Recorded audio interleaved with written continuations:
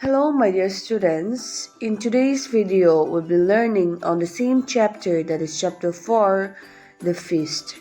The topics that we're going to learn today are metaphor, folktale, travel guide, adjective, adjectival ending, and a magazine article.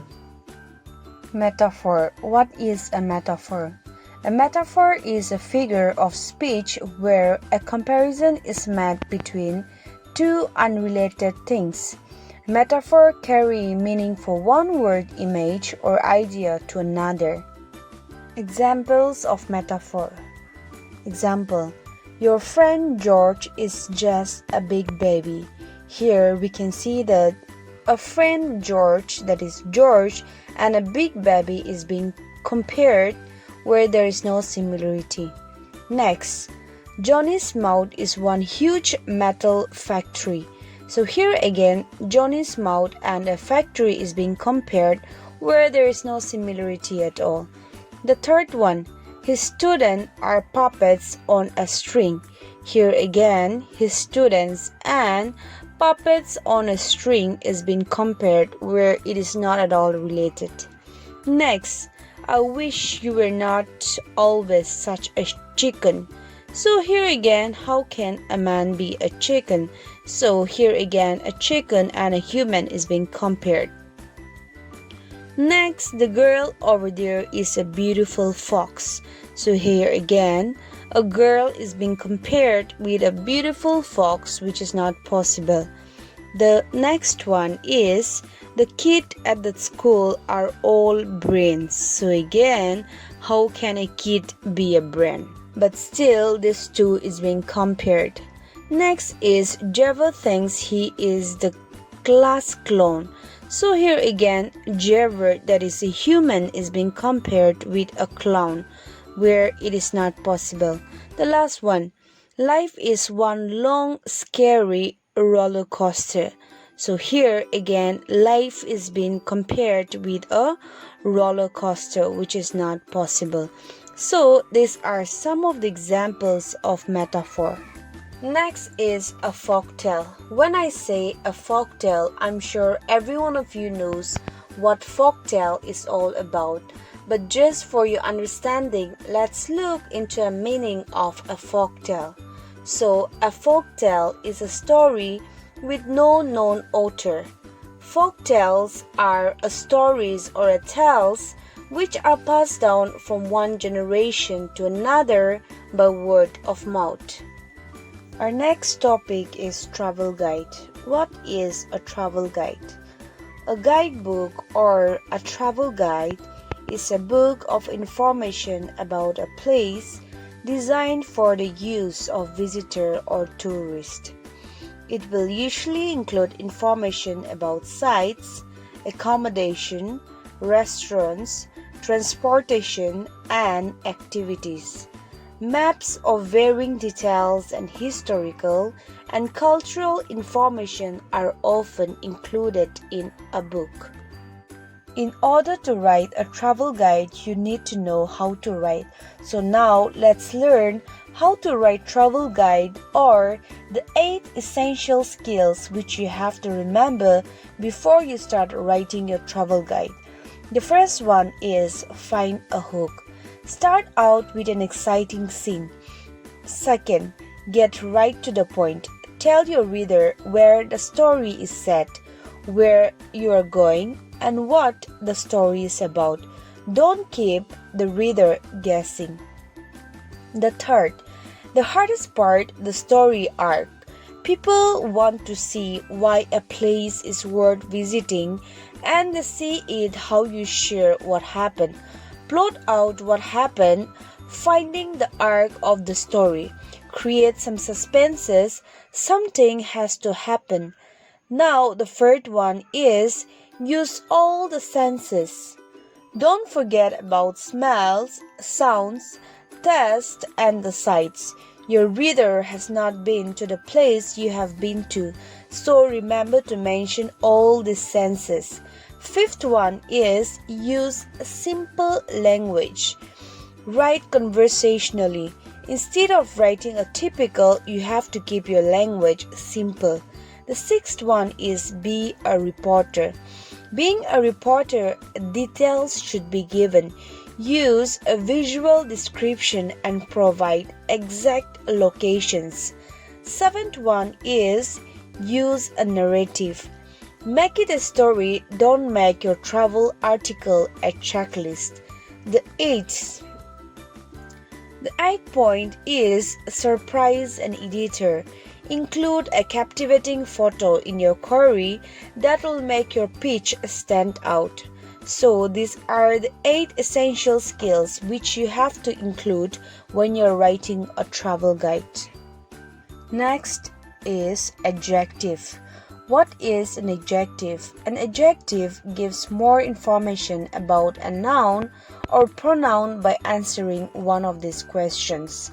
Example, what kind? So the answer can be a blue car, long robe, tall person, or a big house. So here, blue, long, tall, and big answers the question what kind. Next, it answers the question which one. So here, the answers can be this town, last week, the second day, and the other woman. So here, this, last, second, and other answers the question which one. The third one is how many. So the answers are 1 second, 3 boys, few cars, and several people. So here 1, 3, few, and several answers the question of how many. So blue, long, tall, big, this, last, second, other, 1, 3, few, and several answers the question of what kind, which one, and how many. So these are some of the words which is called an adjective. Remember, an adjective gives more information about a noun or a pronoun by answering one of these questions. Our next topic is adjectival ending.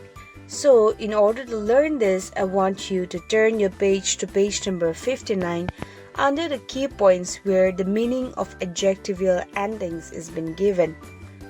Adjectives are often forms from the verb form. Example, attractive can turn into attractive. So here, the last word that is ive, the ending portion of adjective is called adjectival ending. Sometimes the consonant of the verb changes. Example, safe can be changed into safe, S-A-F-E. So this is adjectival ending.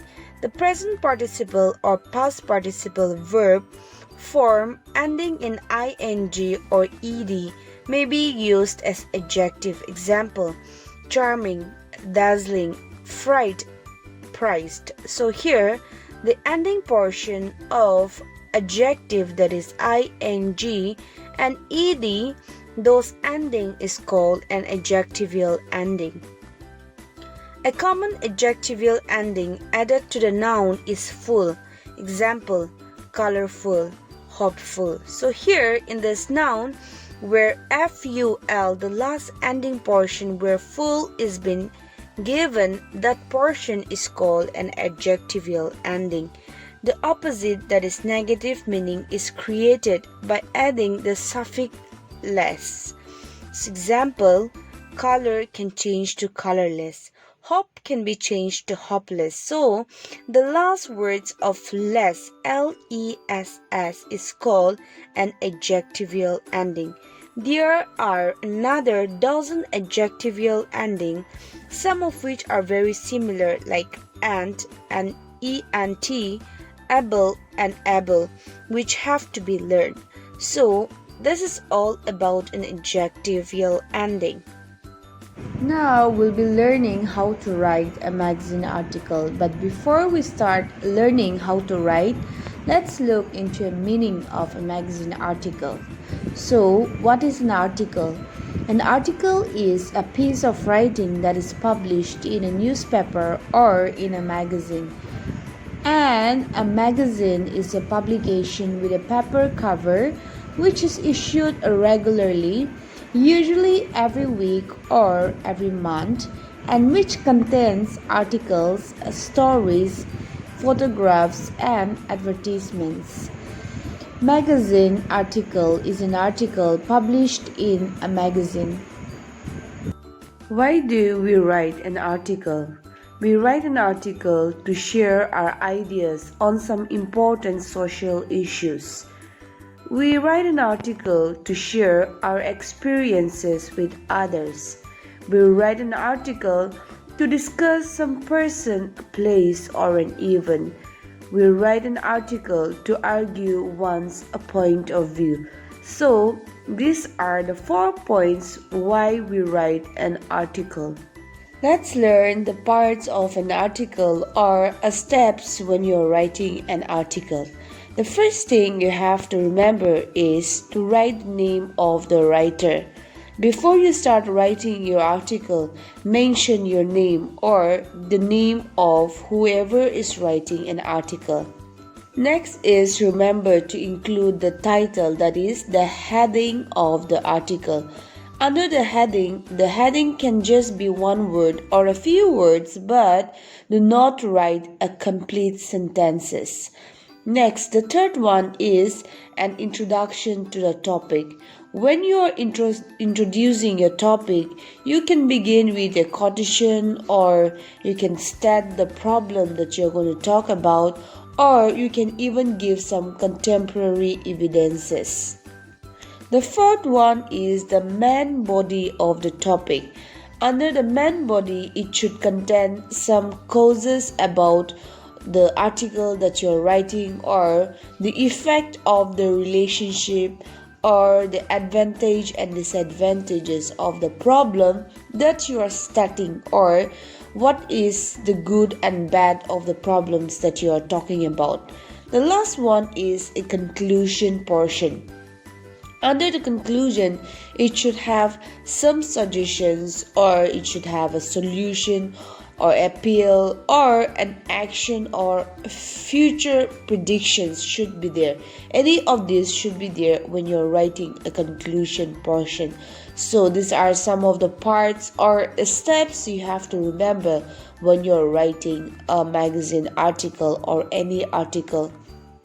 When you are writing your own articles, if it be a magazine article or a newspaper article or whatever it may be, example, if it be about a physical fitness or about the importance of drinking green tea or to save our earth or whatever it may be, before you start writing, you should have a clear concept of what you are going to write about. This is all for today's video. I hope you have understood the topics that we have discussed today.